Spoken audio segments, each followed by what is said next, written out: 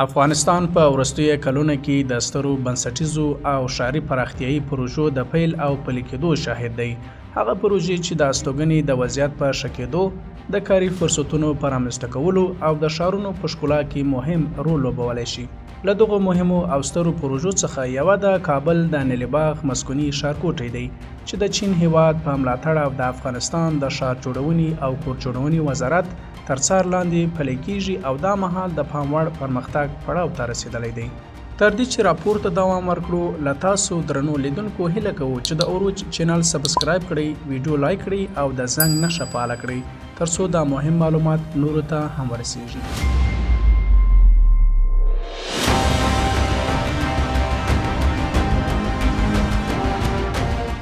د نیله باغ مسکوني ښارګوټي پروژه چې د افغانستان تر ټولو سترې ښاري پراختیا پروژو په توګه پیژندل کېږي، شاوخوا 2 کاله وړاندې د ښاغلي لیلو تر مشرۍ لاندې یو چینایي ساختماني کمپنۍ د ښار جوړونې او کور جوړونې وزارت ته وسپارل شوه. دا پروژه د چین هېواد په مرسته عملي کېږي او دا مهال یې فزیکي پرمختګ نږدې 55 سلنې ته رسېدلی او په چټکۍ سره روانه ده. دا ښارګوټی د نړیوالو ښاري معیارونو پر بنسټ طرح شوی او د معیاري استوګنې ټولې اړینې اسانتیاوې پکې په پام کې نیول شوي دي.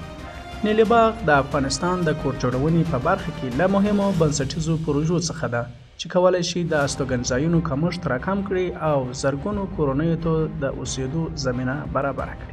د نیله باغ مسکوني پروژه د کابل د دارالامان په سیمه کې د 1 میلیونه امریکایي ډالرو په پانګونه د یوې چینایي کمپنۍ له لوري او د افغانستان د ښار جوړونې او کور جوړونې وزارت په ملاتړ روانه ده.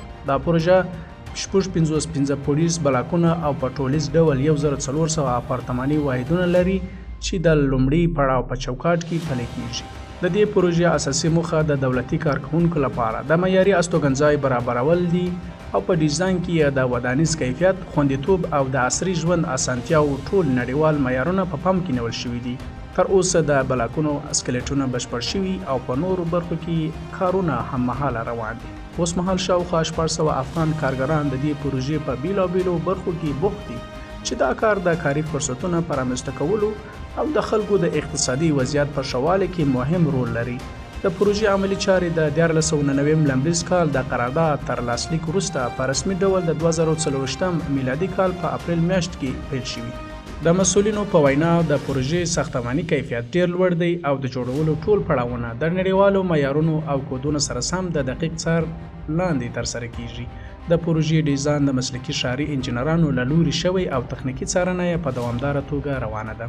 که څه هم د نیله باغ پروژې لومړنی قرارداد په 2015 میلادي کال کې د افغانستان د پخواني حکومت او د چین دولت ترمنځ لاسلیک شوی و، خو دا پروژه د کلونو لپاره درېدلې وه او تر 2024 پورې یا هیڅ عملي پرمختګ نه درلود. د ستونزو له حل او د مناسبو شرایطو له برابرېدو وروسته د دې پروژې د پلي کېدو زمینه برابره شوه او اوس د هېواد له بریالیو روانو پروژو څخه شمیرل کېږي. د افغانستان د ښار جوړونې او کور جوړونې وزارت اعلان کړی چې د لومړي پړاو په چوکاټ کې لاندې اسانتیاوې په پام کې نیول شوي دي: عصري سړکونو او پلي لارې، د شنو ساحو لپاره معیاري د اوبو لګولو سیستم، منظم پارکینګونه، د کثافاتو د مدیریت او تصفیې پرمختللی سیستم، د اوبو او برېښنا منظمې شبکې، مخابراتي او انټرنیټي سیستمونه، د هر واحد لپاره د اوبو زیرمې او خپلواک تودوخې سیستم، تفریحي پارکونه، شنې سیمې او تجارتي او خدماتي ساحې.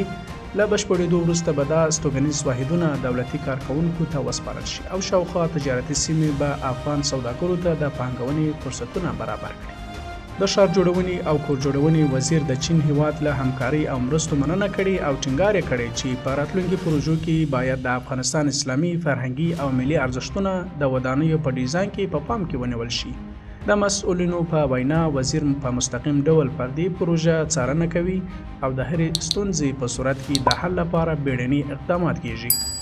د افغانستان او چین تاریخي او شي اړیکې د دغسې پروژو پلي کېدل اسانه کړي دي او د نیله باغ پروژه د کابل او بیجینګ ترمنځ د اقتصادي او سوداګریزو اړیکو په پراختیا کې هم مرسته کوي. دا ښارګوټي چې په ټولیز ډول په څو پړاوونو کې 10,000 استوګنیز واحدونه ولري، نه یوازې د پلازمینه ښکلا زیاتوي بلکې د کابل تر ټولو خوندي سیمو څخه به هم وي، ځکه چې ډیری استوګنیز واحدونه وزارتونو او دولتي ادارو ته ځانګړي شوي دي. دا سیمه به د لوړ امنیت لرونکي دولتي ساحې په توګه وپېژندل شي او تجارتي برخه به یا د افغان پانګوالو په واک کې د نیله باغ مسکوني ښارګوټي پروژه د بیارغونې، ثبات، امنیت او د دوامدارې پراختیا پر لور د افغانستان د حرکت نښه ده.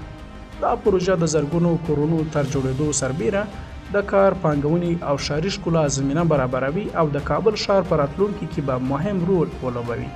هیله ده چې د دې پروژې پر وخت بشپړېدل به د خلکو د هوساینې او د هېواد د پرمختګ لپاره یو لوی ګام وي. په پای کې له تاسو درنو لیدونکو هیله کوو چې د عروج چینل سبسکرایب کړئ، ویډیو لایک کړئ، خپل نظرونه د کامنټ په برخه کې ولیکئ او دا راپور له خپلو ملګرو سره شریک کړئ. د یو آباد، آزاد، ځان بسیا او صنعتي افغانستان په هیله.